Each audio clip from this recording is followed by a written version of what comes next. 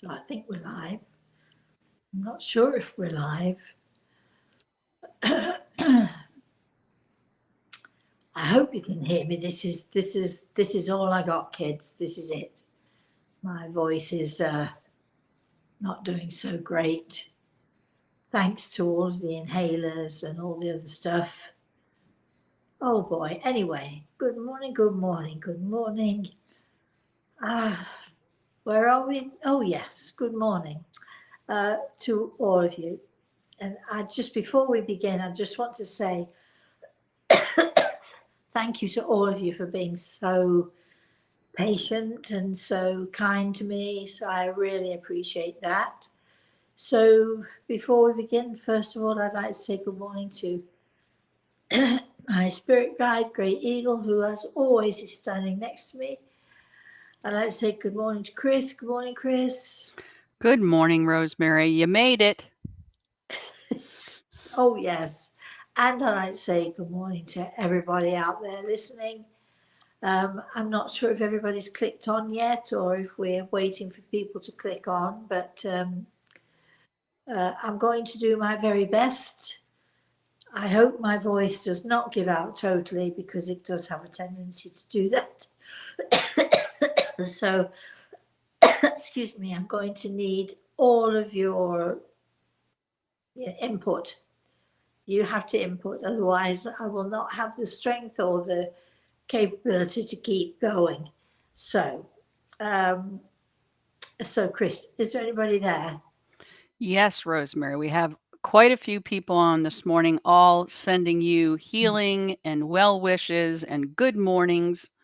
We've got our great standard crew here who tend to show up every week. We love to see them. And I see a few more new names in the chat room as well.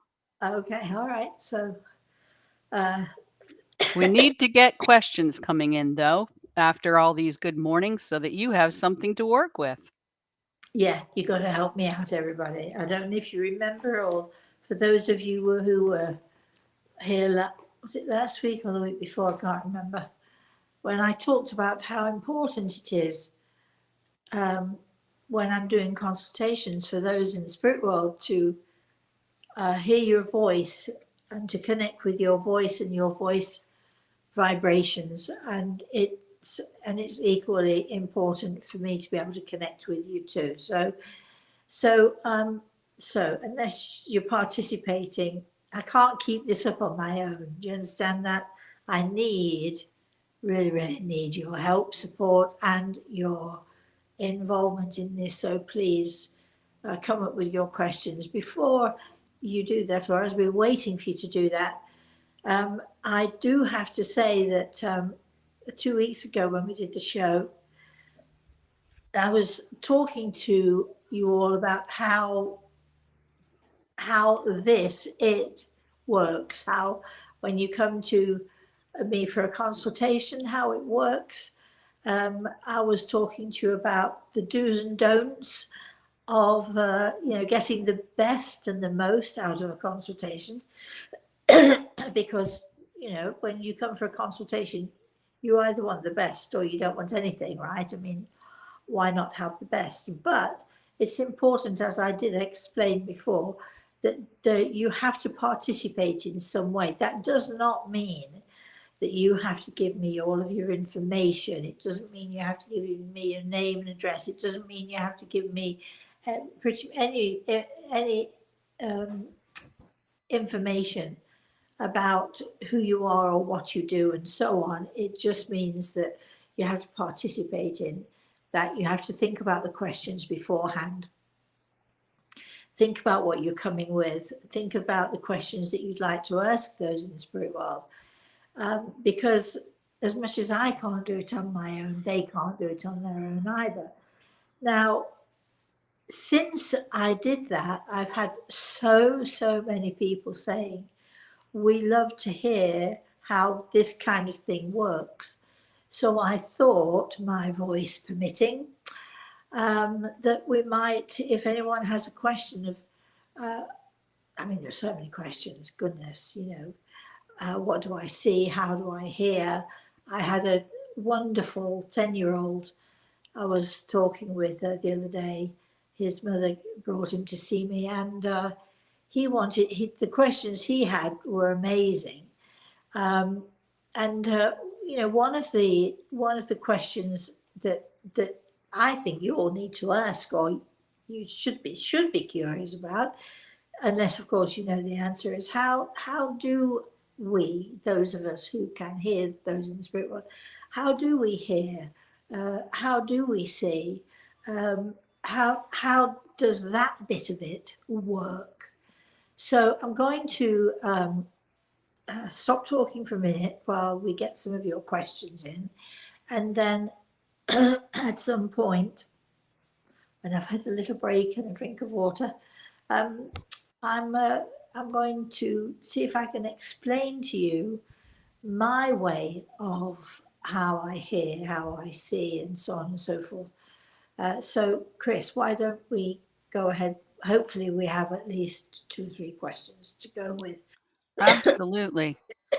Straight on from the beginning, people were also asking about Apache because we had Apache on the healing list last week. So they're asking how Apache's doing.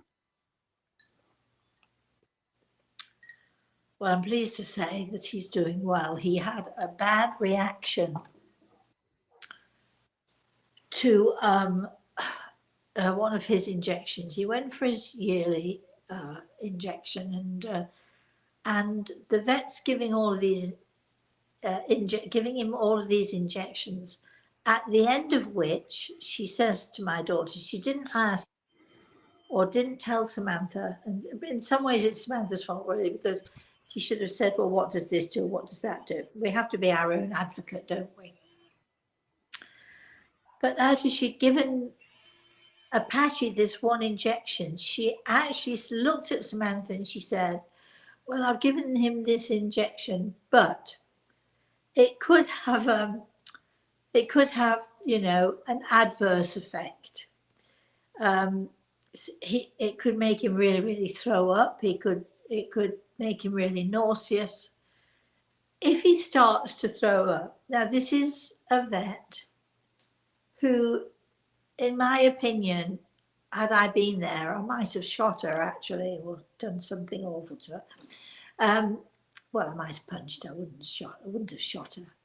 But anyway, at which point she said to Samantha, now, this could make him vomit and so on and so forth.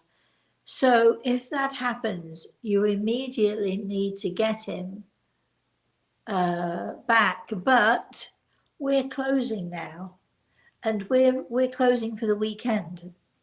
So if he starts to throw up, you're just going to have to take him somewhere else. I mean, how irresponsible can you be? I thought that was disgraceful. Naturally, of course, then the puppy started throwing up. My daughter couldn't call her vet because, hey, she was on holiday, but she'd willingly and happily given this little puppy this injection, knowing that this was a possibility. So my first thing with Samantha, she took him to there's an emergency hospital in New York, fairly close to where she lives. So she took him there, and they gave him something else. And anyway, he's recovered, and he's fully recovered. But I don't know if my daughter is going to take any notice of me or not. But my advice to my daughter is find another vet, because if you're going to knowingly give an animal something, a medicine of some kind, that you knowingly will probably have side effects from, then the vet should have said to Samantha, why don't I come back on Monday morning and I'll give him this, so that if he does have side effects, you can bring him straight back. Why would you knowingly? Anyway, incensed as I am about it, he's fine, and thank you all for asking. Um, he won't be having that particular shot again, I can assure you, but he is luckily fully recovered. So, but it's when anything happens to your pets, I'm sure those of you who have pets will know, you know, I mean, they're so helpless. They rely on you. They can't tell you how they're feeling. They can't tell you if they're hurting or if they're not hurting. And it's frustrating when you get a vet who says, "Here, I've given him this shot, but hey, any problems, you're going to find somebody else because we're off now. You're my last patient. See ya, bye." And who on earth would want to do that? That's my little moan for the day. Carry on. He's doing fine. Okay, Chris. I've done with the moaning and the complaining. But I would have punched the vet on the nose had that been my dog. Not that I advocate violence, but I have ways of punching people where I don't even have to move. You know what I mean? You give them the eye, right? Give them that look. My daughter says, "Oh, she's got that look again." Anyway, go ahead, Chris. All right. Judith wants to know, is the weather good for you in Florida? Her mother was a nurse and felt the sea air was healing. She visited as often as possible. What do you think about that? I think it's very good, yes. However, a few days ago, a friend of mine took me to to watch the dolphins. There were lots of dolphins around, and it it didn't do any good at all because the breathing in and the sea air and everything was wonderful, but I couldn't stop coughing, and eventually we had because it was actually just too much. So, uh, but normally on yes, it's the best, and walking the beach is great. All right. Nomi says, you have a beautiful voice, Rosemary. What can I do to help? I believe in living life as a living prayer. To complete the intended thought feels harder than it should be, is what my inner self says. Well, thank you for that. I love that. Um, Today I do not have such a beautiful voice. It's I can hear it's already going. But thank you for that. And I think that what any of us can do to help anyone who needs healing or is struggling, and I do have to tell you, for the last few days, I have been struggling because not only am I having to deal with all this stuff, um, I stupidly, and it was my own fault, I twisted the muscle in my back. So, so aside from if I cough, it hurts my back, and if I'm sometimes if I breathe too deeply, it hurts. It's like I don't know which end is up right now, but the thing that helps is talking to all of you, being still a part of everything that's going on, not allowing as much as you can, not allowing your life to be interrupted, and always holding on to the quality of your life and making it, excuse me, and making it the best that it can be. So healing is great. So if anyone out there wants to send me healing, I'm here. My grandson sends me healing every day. Every day. He's a marvel. He's amazing. Keep going, Chris. Well, and then we have your healing page where people can write into the office and ask to be put on that. And then the team Yeah, sends healing, and anybody yes, else who wants to join in sends healing to who's ever on that list. that's right. Yes. And we do send healing out. So if anybody out there is listening, I mean, what's going on with me is minor in comparison to what's going on with a lot of people. We do send healing. So if you or someone you know needs healing, please let us know. You can either email the office, Rosemary at rosemaryaLtea.com, or you can find the healing page, which is where is It's it? on Facebook. On Facebook. Thank you, Chris. Hmm. My brain went blank a little bit there. And just put yourself down there, and or whoever it is you feel would like to have healing, and then we can certainly send them healing. And once I get back to I was going to say my normal self, but there's nothing normal about me, and I absolutely love that. I was talking to this 10-year-old boy, and his one of his issues is that he doesn't feel normal. And I said to him, Why would you want to feel normal? You know, what is normal anyway? You don't want to feel normal. You want to feel extraordinary. And he'd never quite looked at it that way. So anyway, when we get back to whatever normal is of me, we will be doing some healing sessions, and I will be trying to see if I can help you if you want to get on with our lot, so to speak, how to send healing out to people and what you need to do that. It's very simple and easy process, but we're going to be talking about that sort of thing. So, yeah. All right, this is from Leslie. Good morning, Rosemary. My husband has been having headaches for 19 years with What? no help from doctors. Can What? Gray Eagle shed any light? Goodness me. Um,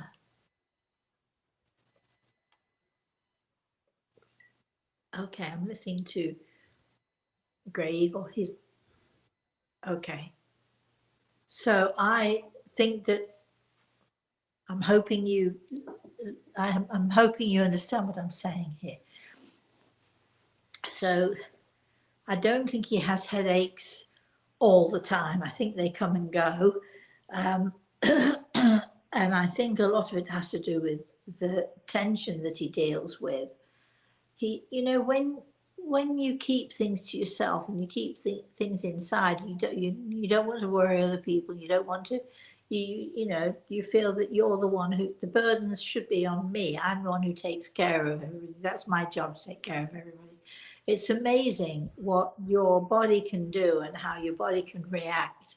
So I think that some of what is going on has to do with the fact that he has very great difficulty in letting go or in sharing what is innermost, which is very different than talking about yourself or how you're feeling. I'm talking about sharing the innermost stuff. And I'm suspecting from what Greg is telling me that he's got stuff that went on years ago with him that he still holds inside of him and is still having to deal with.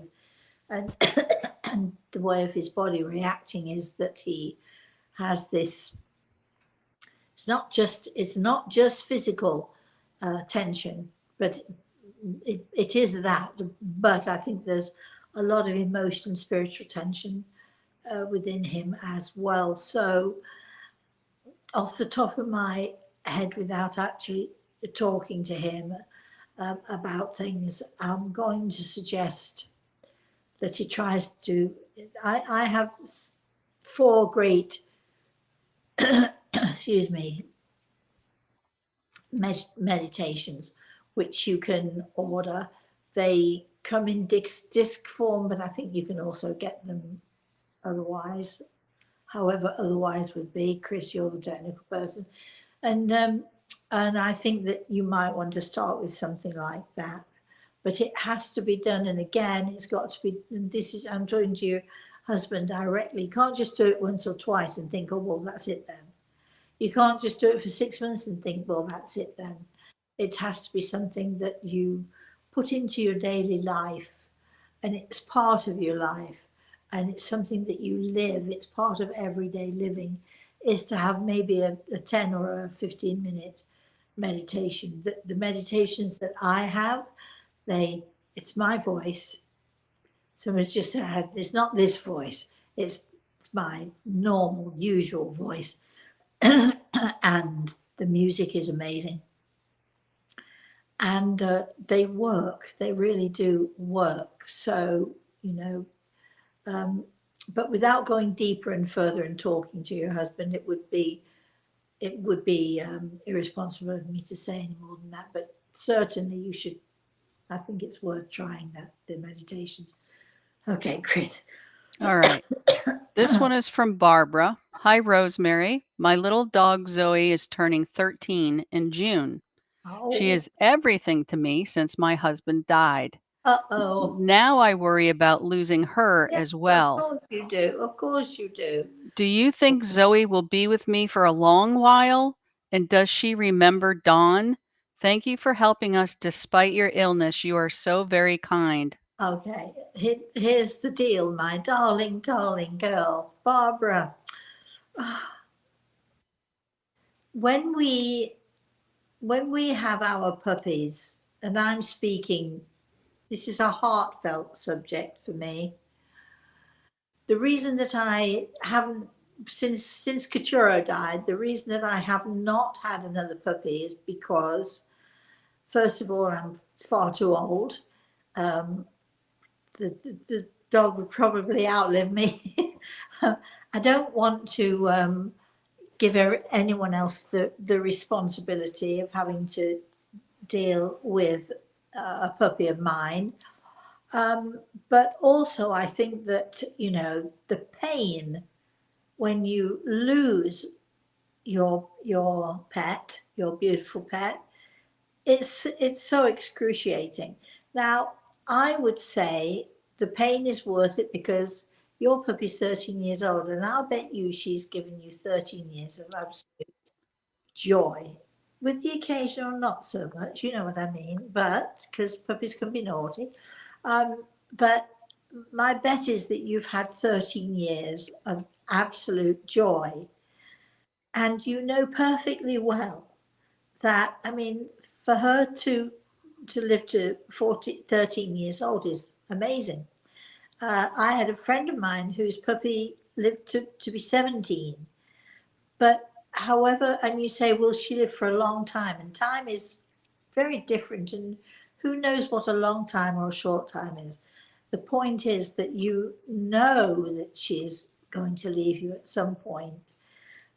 So we do have to prepare ourselves to accept that. So my suggestion to you is to take every single moment. And yes, of course, she remembers, Don. Of course she does. Of course she. I mean, and don't you think he visits? I mean, you know that. I'm telling you what you already know, but um, make the most of what you're given. Make the most of what you have. Try not to worry too much. What's going to happen when I don't have her? Don't focus on that. Focus on what you have in your hands at this moment, which is a joyful little puppy who gives you so much love.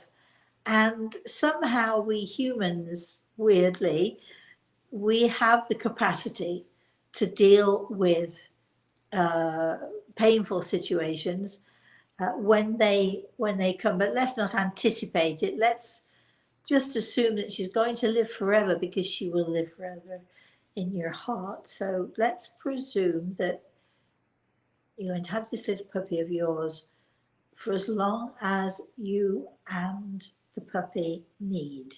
How about that, Chris? All right. The next one's from Rhonda. Hi, Rhonda. Rosemary, my sweet kitty, Tiny, passed yesterday. Can Oh, you see her? no, I can't. Actually, I am looking. Um,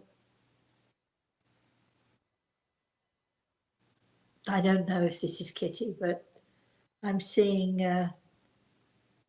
sort of white and, is it white and grey? I don't know. White and grey or white, but I'm seeing a very cute kitten. I've no idea if this is your kitty or not, but Greg is showing me this lovely little kitty who's not such a little tiny kitty anymore. But know that she's with you. I'm so sorry for your loss. It's so painful, isn't it, when we lose our pets? But just know that she's with you, will you, Chris? The next is from Gary. Gary has a question. He can't find his medicine bag and he's crazy trying to find it. Can you help him find it, No, please? And prayers for the pooch. no, keep looking. keep looking for yourself. What do you think I am? A treasure hunter? Um, I'm going to tell you, Gary, because I know you very well. This is what I'm going to suggest that you do, and I bet you've not done this. Because, just to let everybody know that Gary was a student of mine. My students are always students, even if we don't see each other forever. But the pendulum might work. Then the pendulum might help you to find it. I'm asking Gregor specifically, is it lost to you forever? And the answer's no. Oh, the answer's no, and that it's right under your nose. I wasn't expecting that. We So want to hear him find it. Yeah, let me know when you find it. Try the pendulum. So, Rosemary, because Gary mentioned medicine bag, there might be people in the chat room who don't know what that is or what it's for. Do you want to talk about that? No. Okay. Go on Google. I don't think I've got the energy to describe what a medicine bag is, but I like to have all my students make their own, very special. The Native Americans would always carry a medicine bag with them. Go on Google, look it up, see what you can find. And maybe some of you might like to make one. And when my voice is better, when everything is better, then we can talk about it some more. Maybe we can even make one. I'll teach you how to make one. Yeah. We could do a little webinar class on making medicine bags or something. Yeah, we could. All right. The next one's from Dean. He says, had quite a time finding you this week and didn't find you at all last week. And he has a throat recipe, a slice of lemon in a jar, cover with honey and add fresh thyme. Your throat will thank you. It's actually, Dean, thank you for that, but it actually isn't my throat. That's the issue. So I know it sounds like it is. It does sound like I've got a sore throat, right? But it's the medicine that I'm taking for other stuff that is causing this issue. But I do have a recipe I'm going to try, so we'll see if that works. I found it on YouTube, funnily enough, this morning. I went for some medicine. I went for an inhaler. Listen to this, guys. So the inhaler that I've been taking for my respiratory stuff, because there's stuff going on. So the doctor prescribed this inhaler. I've never used an inhaler in my life before. And when I went to pick it up, it cost me $109. That's with my insurance, with this, that, and everything. But when I actually dug further, without all of my insurances, it would have cost me $400 for this inhaler, which I wouldn't pay. But anyway, so the inhaler that I'm using is creating all this stuff that's going on here, and actually making things worse, not better. So I went to see my doctor yesterday, who said, "Don't worry, we'll find you another inhaler that hopefully won't have the same effect." So my friend went to the pharmacy yesterday, and she came back. She said, "I'm glad you're sitting down because I've got something to tell you." So I said, "Okay." So she said, "Well, I went to the pharmacy, and with your insurance, they found different I don't know, ways, discounts, and so on and so forth. And with all of that, your inhaler for the month is going to cost you $570 a month." So I said, "No." So I said, who can possibly afford $570 a month? It's ridiculous. And it's not something that is curing the problem. It's just something that's going to help you to breathe because of the problem. I mean, where do people come up with this stuff? So anyway, but thank you for the remedy, and I do appreciate it. But there's a little bit more going on than that. And not to worry, my grandson is very concerned about me. I'm really fine. So, oh golly, I'm really fine, except I can't breathe properly. I don't know why I'm laughing. Oh, and every time I move forward, my back twists and oh God. Anyway, those times, we all have them, don't we? Those times in your life when you just feel that everything is just piling in on you and you just can't seem to get a break. But anyway, I hobbled out of bed this morning. Talk about an old lady. I hobbled out of bed this morning, and it's like every morning. It takes me about half an hour or so before I can actually straighten my back. So I walk around with this little hobbled lady till my back sort of gets back into place and straightens and does all of it, does what it's supposed to do. But then with all of this other stuff, it's like, oh God, no, not more. And my hand is still not. Let's moan. Let's all have a moan. Why don't you all tell me what's going on with your lives that you don't like, and then I can tell you what's going on. But anyway, despite it all, we're here, and I'm enjoying myself, I think. I'm not quite sure what my throat is going to be like later, but I'll just sit and read and not talk to anybody for a while. How about that? And anyway, Chris, moving on. Oh, Well, it's that saying comes to mind. this pilot.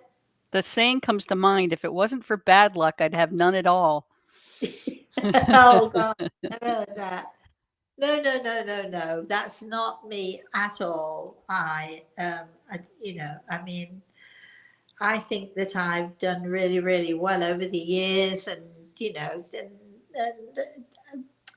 this is these are the moments where we talk about positive thinking, and we talk about attitude, and we say everything is attitude, and we talk about it, and we sound good talking about it, and oh yeah, that's right, and you're right. But when it comes time to live it, do you live it, or do you think, forget that? Who wants to think about your attitude? But this is when if you truly believe something, the test comes when you've got to live it as well as to believe it. So I have a very positive attitude. I'm really good. I'm fine. And we're just moving forward.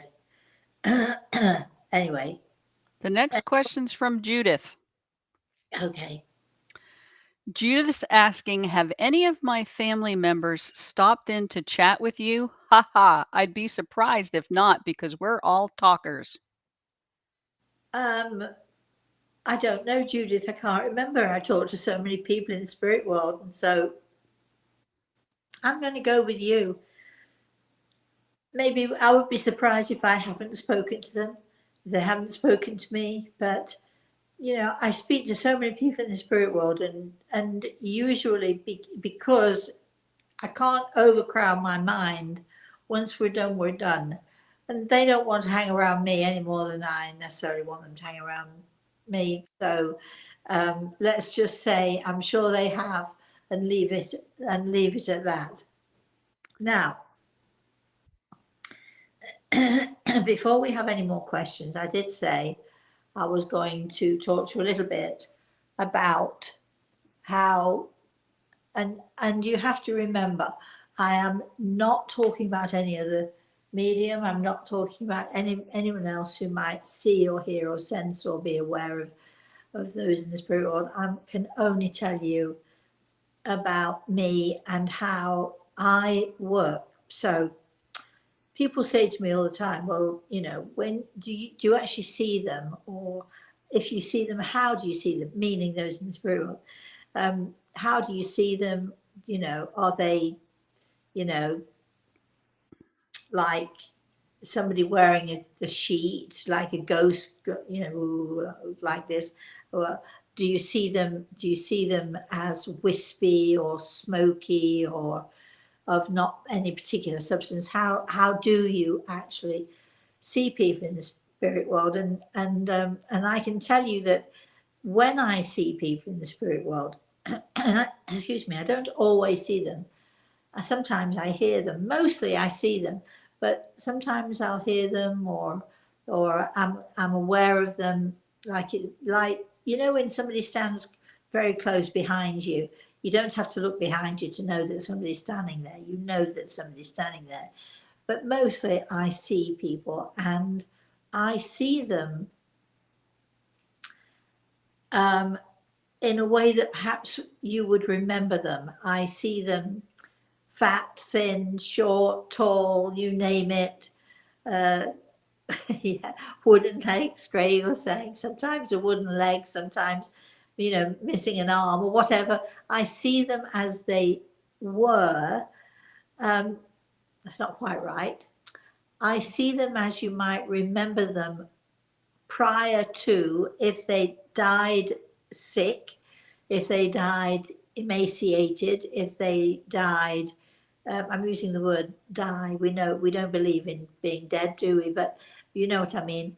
If they were very sick, for instance, and lost a great deal of weight, or if they had jaundice, or if they lost their hair, and so on and so forth, I wouldn't see them like that. I see them as healthy and well. I see them with hair, unless of course they're bald naturally, then I would see them that way. But I see people.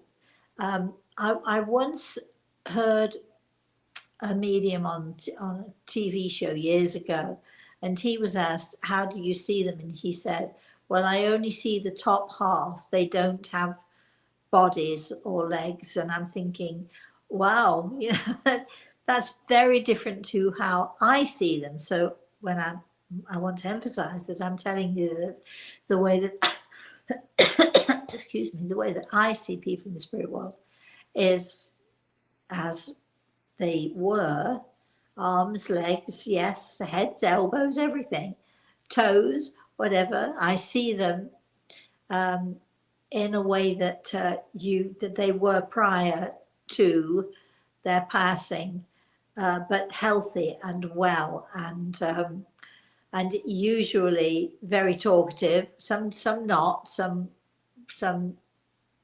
not so much. But I see them as people, which is why I don't call them spirits. People say, "You talk to spirits," and I say, "No, I talk to people in the spirit world," because to me they are very real, and that their bodies are perhaps even more solid than ours. But I'm just going to bend forward. Just give me, if I moan and complain or scream a bit, you'll understand. There you go. So I see them as perfectly ordinary or extraordinary. Now, am I looking, then the question is, well, how do you see them then? Am I looking with my eyes? Do I see them with my eyes? How do I see them? Do I see them in my mind's eye? Do I see them inside of my head? Because I know that some people, when they're working, they see people in their mind or in their mind's eye. So I have to tell you, no, I don't see them in my mind's eye. I see them, usually they're standing around in my living room or hanging out or whatever they want to do in my living room. Sometimes they're sitting, sometimes they're standing. But I see them as clearly as I might see a whole load of people in a supermarket. So I see them as very real, and it's not something that's here or in my imagination, or what one might consider to be an imagination. I'm not just looking with my eyes. This is complex. I'm not just looking with my eyes. I'm looking with every one of my 5 senses. And what happens, people are always talking about the sixth sense. Where's my sixth sense? How can I find my sixth sense? And I always tell people that your sixth sense is a joining and a connecting of your 5 common senses. And when you can connect your sight, your hearing, your touch, your taste, everything, when you connect those 5 senses and they all come into alignment, this is when your sixth sense will kick in. So for some reason or another, my sixth sense is, I've never known what it is to be without it. I've always seen and heard. Now, how do I hear them then? Well, I was trying to explain this to this 10-year-old, and I thought maybe you might be interested to hear this.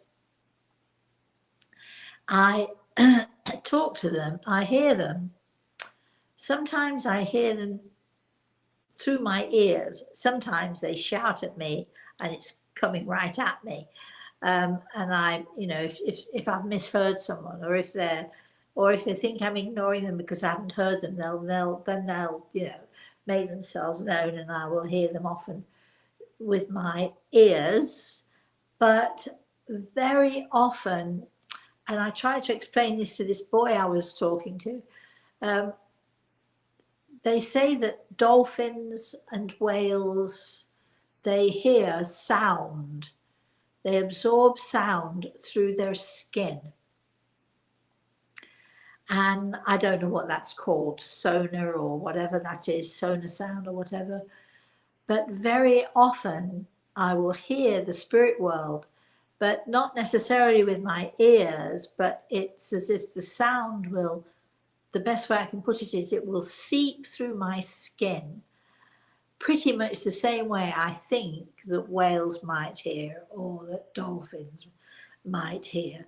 I don't know if dolphins and whales and so on, those wonderful creatures who hear this way, I don't know if they actually can detect what the sounds mean. Are the sounds formed, or is it just an echo of sound? I don't know.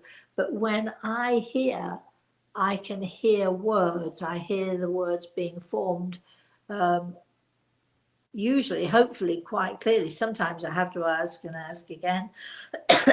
Sometimes I need Grey Eagle's help to understand what it is that I'm hearing and what it is that I'm seeing. But it is a very interesting process that I thought you might like to know about. So very often I will hear through my skin. The sound will seep into my skin.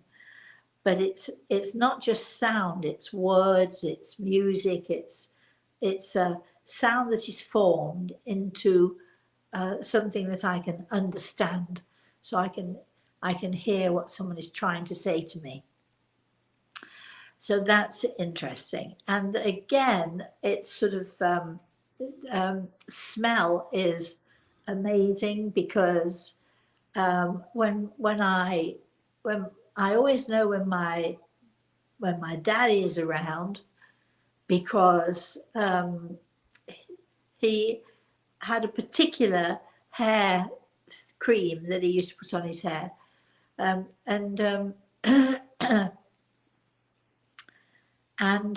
it was called Brill Cream. And some of you in England, I know, can go back to all those times of Brill Cream. It had a very distinct, very nice smell, but a very distinct smell. And I always know when my daddy's around, even if I don't see him, I can smell that Brill Cream, that familiarity, which reminds me of my dad. And so I will often, especially if I'm half asleep at night and I'm sort of roll over and I get that strong whiff of Brill Cream, I know that he doesn't necessarily want to come talk to me. He just wants to come take a look at me to make sure I'm okay. So we see, we hear in extraordinary ways. And I always, and I'm not going to sing it to you today because there's no way, but the rainbow song that I teach my students begins with listen with your eyes. And this is what I'm talking about. I'm talking about the five senses coming together.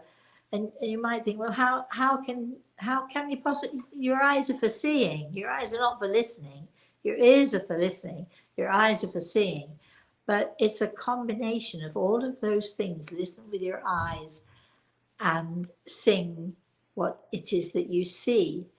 And the song goes on, you can sing a rainbow, sing a rainbow. So you, it's all the colors and all the different energies that are out there, and each color is a different type of energy and denotes a different energy that you're seeing, feeling, and coming together when we talk with those in the spirit world, because it's their energy that is coming through to help us to connect with them.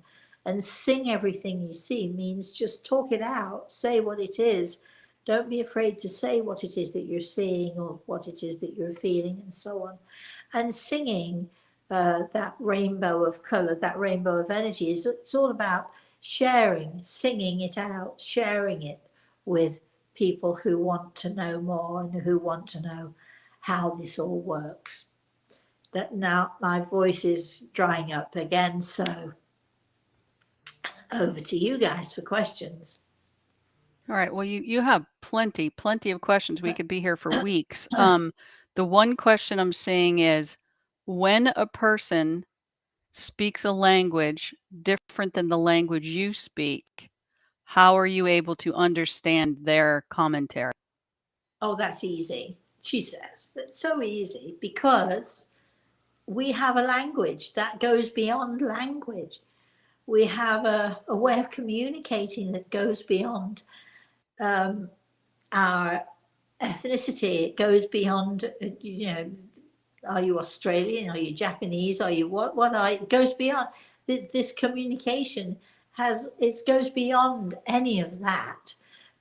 So the language is, let's say, it's the language of the mind. It's the language of connection.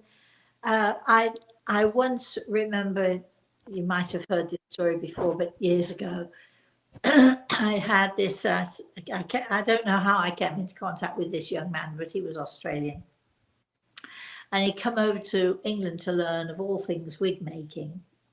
And he was in a class with a Japanese guy, and they became really, really friendly.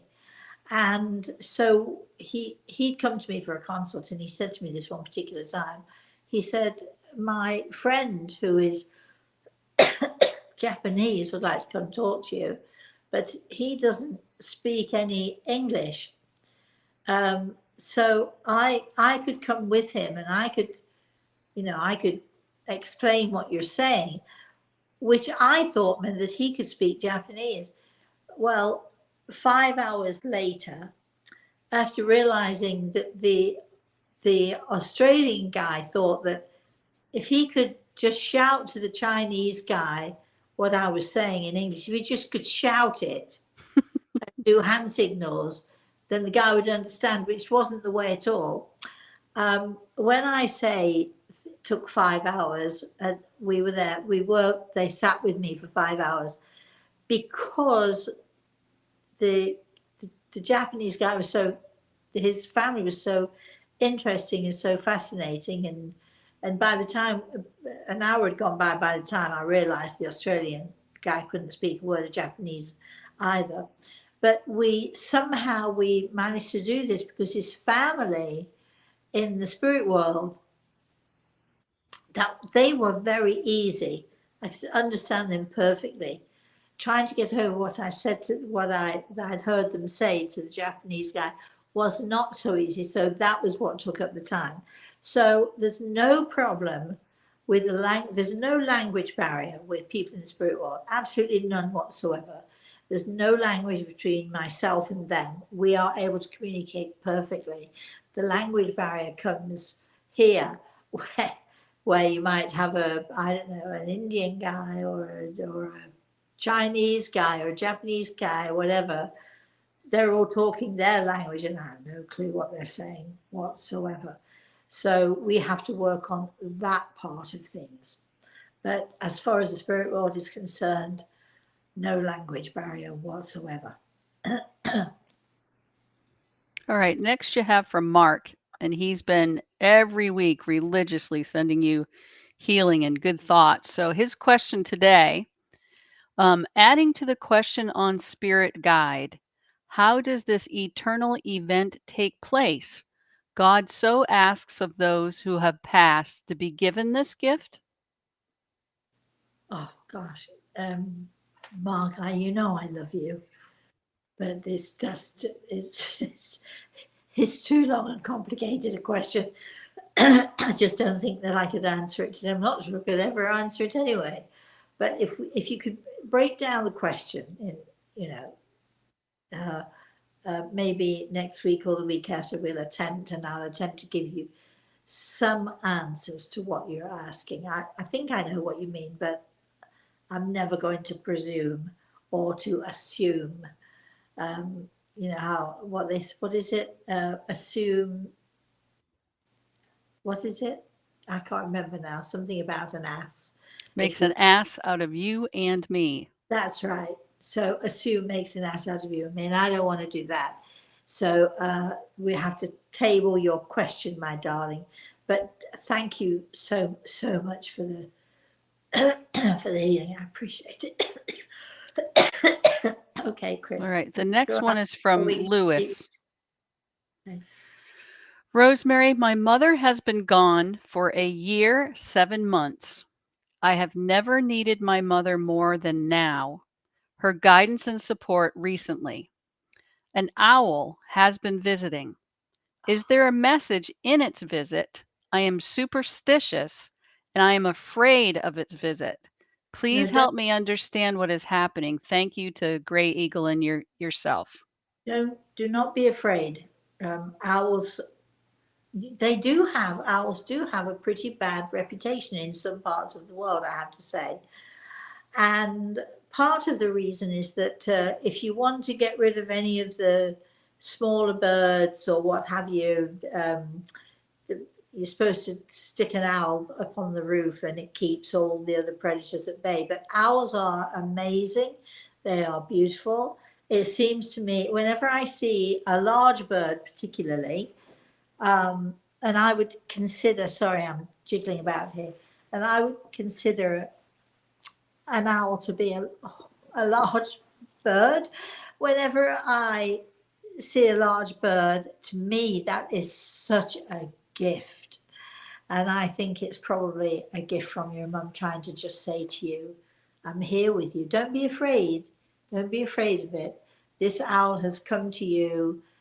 You know, the Native Americans believe that um, if they ask, as they what they call them, those tiny winged creatures, meaning butterflies and dragonflies and ladybirds or ladybugs, however you want to say it, or small birds and bigger birds, if they whisper to them, the the the Native Americans believe that those in the spirit world will often whisper to those tiny winged creatures to send us messages. And I think that your mum has asked this owl to visit you so that you'll know that she's around you, that she's with you, and that you haven't, excuse me, that you haven't lost her at all. All Okay, right. Chris. Linda says, I have been struggling with the decision to move back to New York to be close to my children and grandchildren. I now live in Florida and I love it, but I miss them so much.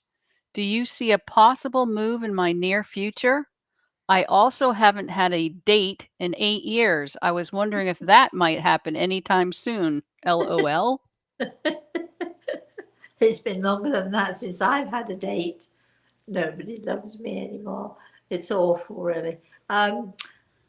Linda, I think that I mean, I know what you're feeling because my daughter and grandson live in New York, and I miss them terribly.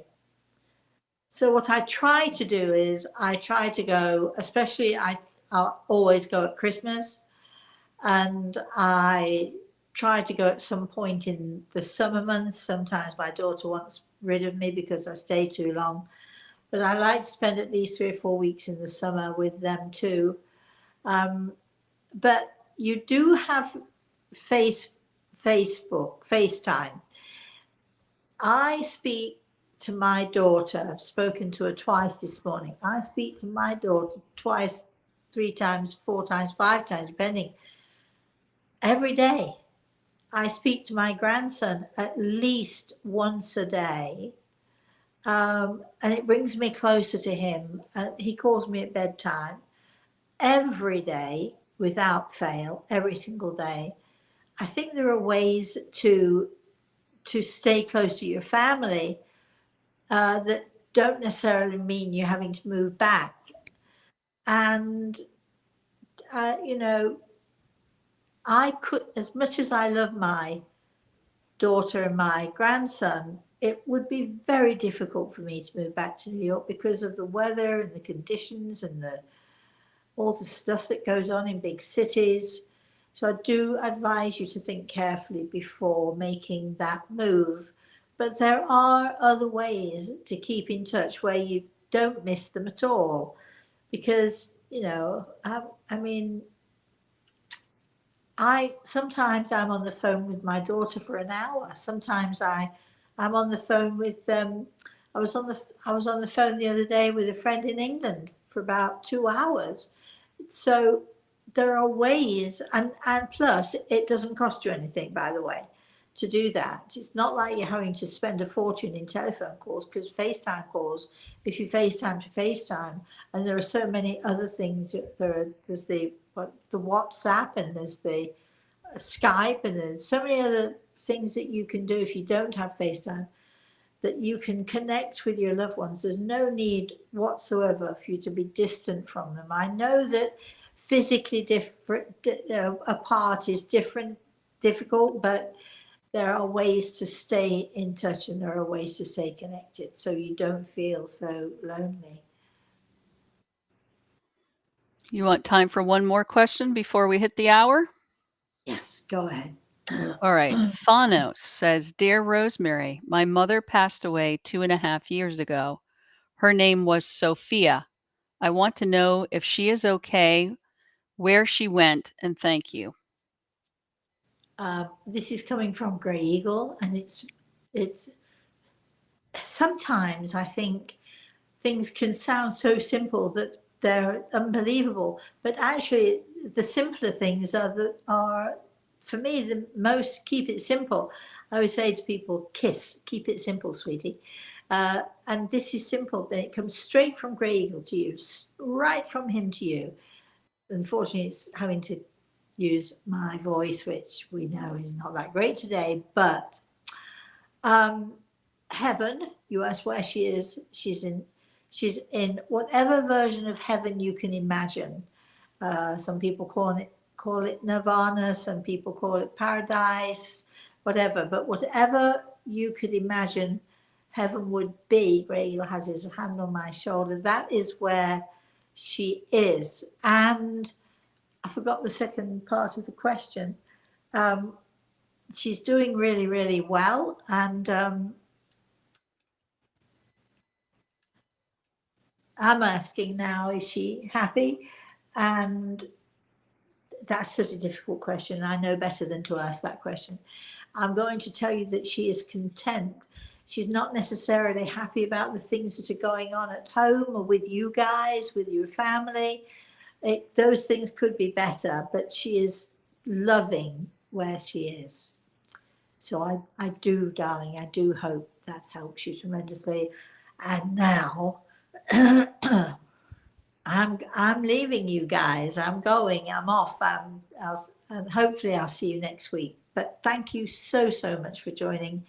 Um, each week, I think I'm going to give you little tidbits about how these things work, what happens in the spirit world, what can we expect when we go there. I've got a great story for you. I could tell it now, but my voice isn't so good. But I've got a great story of how this lovely lady described to me exactly what happened. She died of hypothermia. If you can remind me, Chris, next week, I'll tell you that story. Okay. Great story. Anyway, and and on we go. But every week, I think I'm going to tell you at least one little tidbit of what it's like, how it's like to work in this field, what we can expect, what you can expect when you go to see someone for a consultation, how you can make things better or worse. We're going to be talking about perhaps healing and the healing process. You never know. I've decided I'm going to give you a little bit of education in these shows. Why not? Don't you want it? Because I would want it if I were you. And if you have any questions pertaining to that stuff, please write them down and I'll deal with them as we go along. For now, thank you again. Thank you so very much for joining me and being patient with me with all this stuff that's going on. I do appreciate it. I'd like to say thank you to Chris, and especially I would, of course, especially like to say thank you to Grey Eagle, who, as always, is always with us. So it's time for me to go, but before I go, I would like to wish you all a very, very blessed rest of the day, everybody, and a very blessed rest of the weekend.